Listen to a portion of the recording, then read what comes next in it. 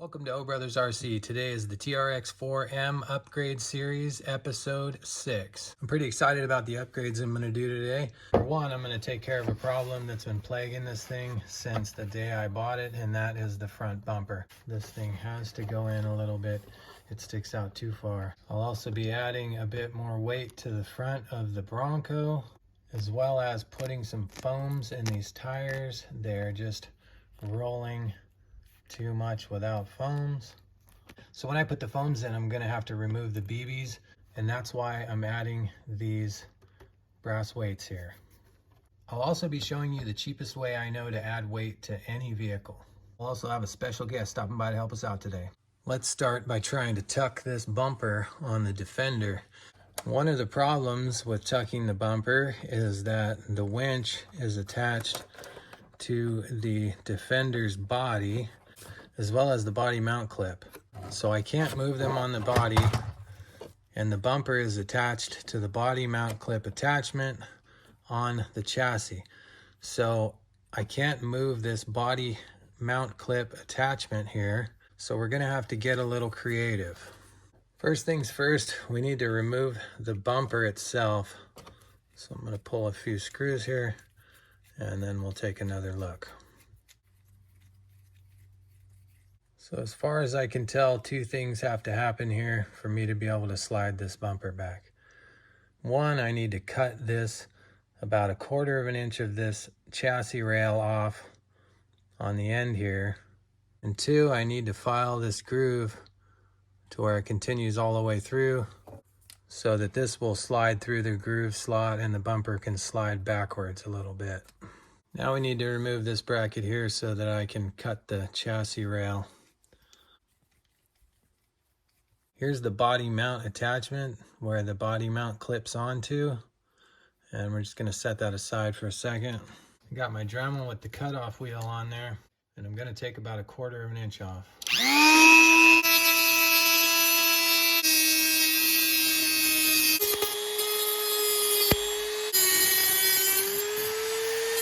That was pretty cool, baby. Fire is cool. Yeah, fire, fire is great. Yeah, fire, like fire, yeah, fire, boobies. All right, now that we got the chassis rails cut, I'm gonna stick this piece back on.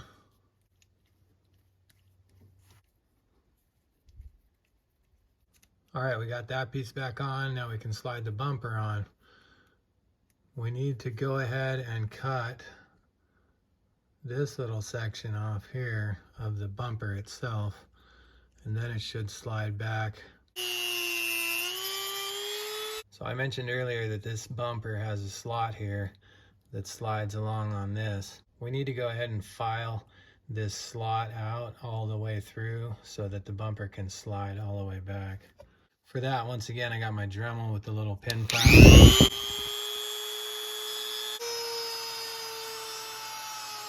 Now that I got the slots filed out, we can slip it back on here, and look at that. We've got 1/4 inch relief. We're back inside there. This, however, has created another little problem because the body mount clip goes down inside here, and you got to reach under and push it forward to get the body off. So now we don't have enough room in here to press the body clip forward. So what I need to do is take some material off on the inside of here, and that will give us room to unclip it. Also, the winch that's attached to the body is now hitting this cable guide that's separate on the bumper. So I'm just going to grind it down a little bit around the edges, and it should slide back under the winch because the winch has a bit of a relief cut into it. Once again, I'll start with my little file.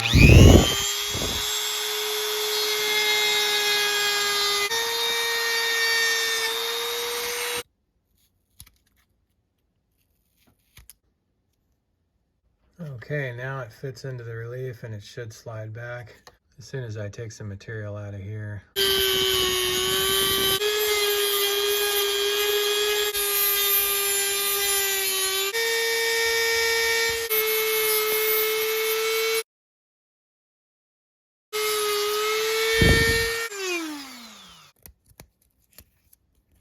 Okay, I've rough cut here, and I've got a relief a bit, and I want to check it. You always want to take less than more because you can't put it back on. So you take a little bit off, check and see how it fits, then maybe take a little bit more off. All right, so the next problem I've created for myself is the bumper is now hitting the body, and the question becomes, do you want to remove material from the body or the bumper?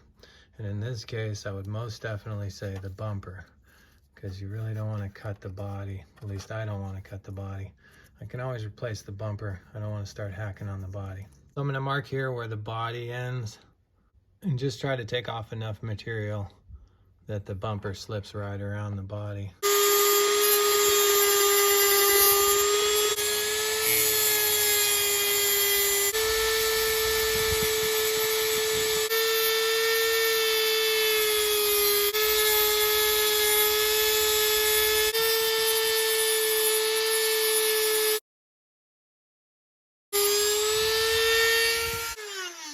Okay, now I've got a relief here and a relief here. Let's see how it works. Nice. Slips right over. Conceals the side of the body there. Looks pretty good. I'm still hitting here a little bit, and I'm not getting as far back as I'd like. So I'm going to remove some more material through here.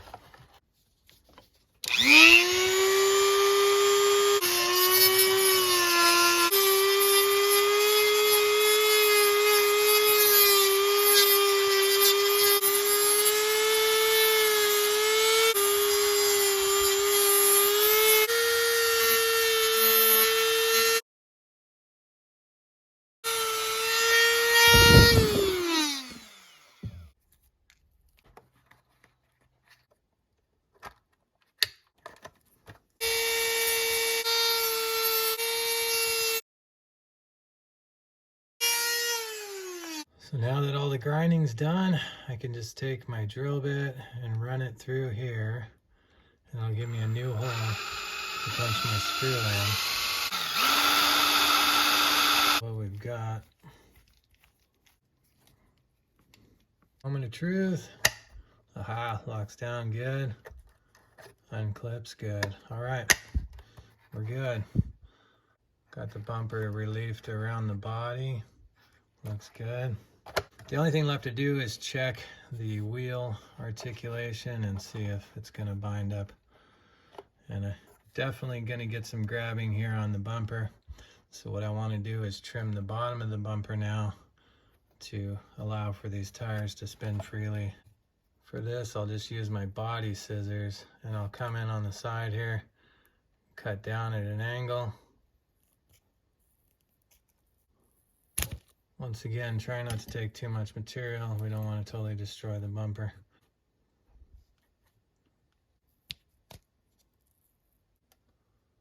So there it is, tucked and trimmed. I had to take off quite a bit of material, but it came out pretty nice. I think it looks fine. It's gonna function way better, and I still got a bumper, so I'm pretty cool with that. In full turn, I got a little bit of clearance, so no problem there. That was a lot of work, more than I thought it would be actually, and I'm not sure that I would do it again if I had the choice, but once I got into it, it had to be done. This bumper was a snag magnet, but now it's got a much better approach angle. Look who stopped by to pity some fools. It's Mr. T. Hopefully he'll be able to give us a hand getting these trucks upgraded. All right, so I got the DJ crawler tire off and I removed the BBs from inside. I want to go ahead and give this thing a pretty soft foam, and I think I want the foam to be a little smaller than the tire. As you can see here, I've got a plethora of foams. Some of them are soft, some of them are really hard like this one, but I wanted to put something in the DJ crawler tire that wasn't quite as tall as the tire itself. I wanted to leave some airspace in here to keep this part soft, because the tread pattern on this is real thick and it makes the tire a little stiff around the top.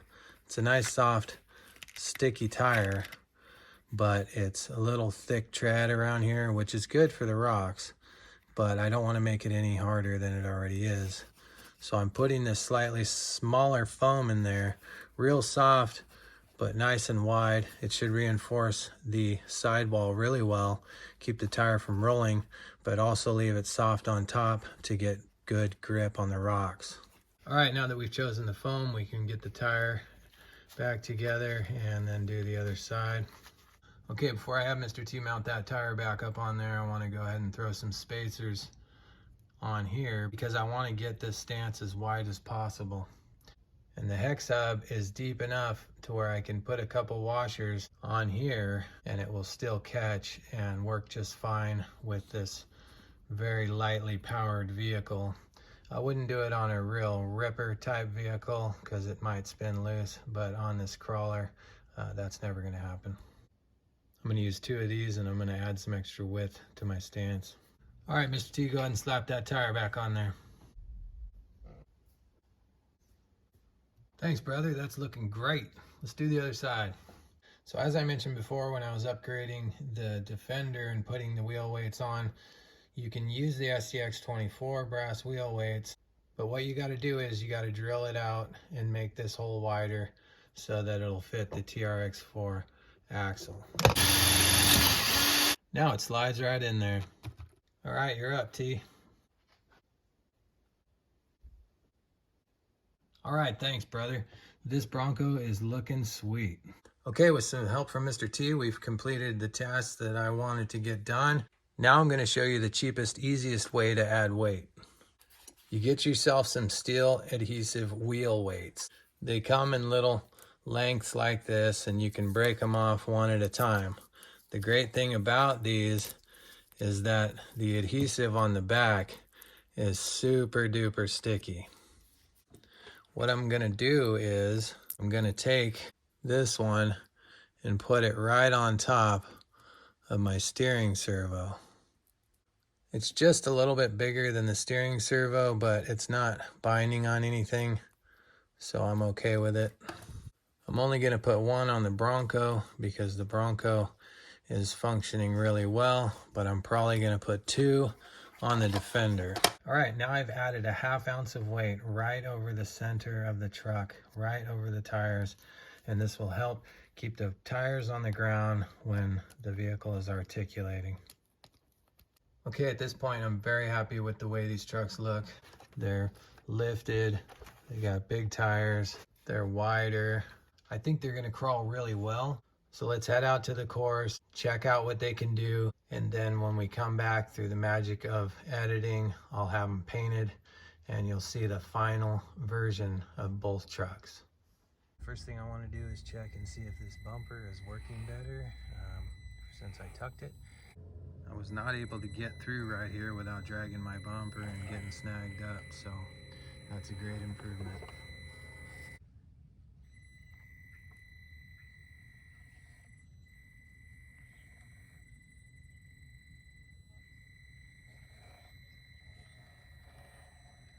There it goes. Wow. Just barely, but it did it. So if I hadn't lifted it, it would do even better, but considering that I lifted it and it still was able to side hill that, I'm very happy with that.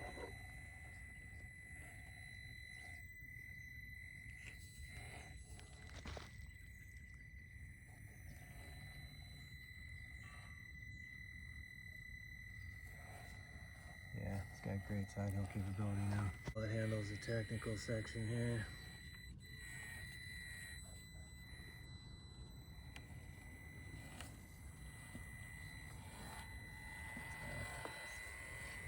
Let's see how well it handles this climb here.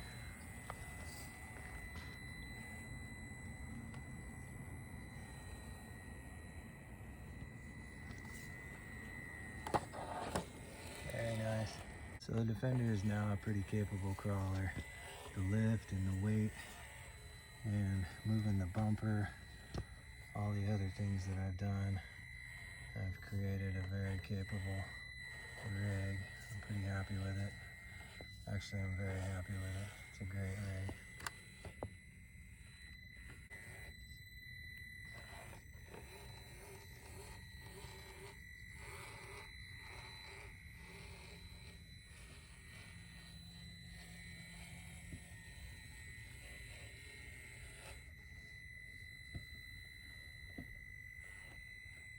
Let's check out a little bit of what the Bronco can do.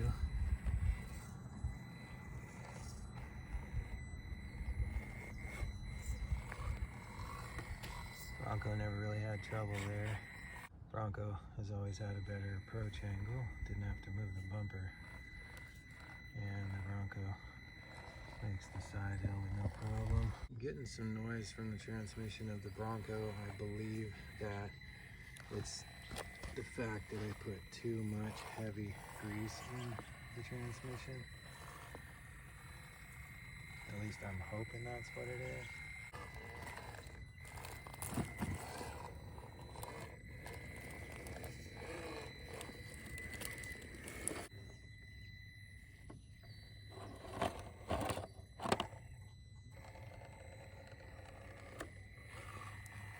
Here's another demonstration of the Defender's bumper. Nice. It's a pretty fun little section here, and it's pretty difficult.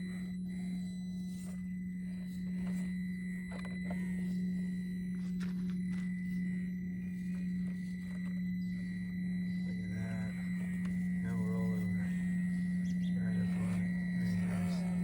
Of course, the sun came out just now and is really screwing up my shots, but we're gonna get this difficult little climb here. It's very difficult for 1/24th oil rim to keep skinning shots. Nice. Look at that. That's sweet. Since the Bronco did so well, I think the Defender can probably make it up this as well.